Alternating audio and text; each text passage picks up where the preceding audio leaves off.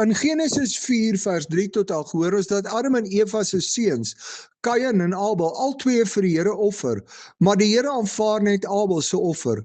Kain was baie kwaad en het bedruk geword. Sy kop was dus vol met woede dat die Here sy broer se offer aanvaar, maar nie syne nie. Sy lewe het sleg geword oor wat hy in sy kop toegelaat het. Die Here praat dan self met Kain en sê vir hom dat hy nie rede het om kwaad te wees nie.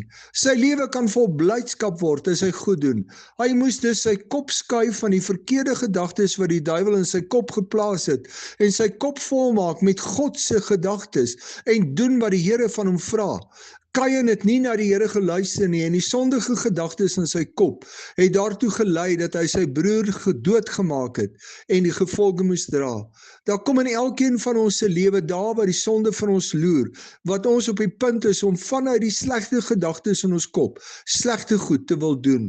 Die Here waarsku ons op baie plekke dat as ons hierdie slegte gedagtes in ons lewe toelaat, ons sonde gaan doen.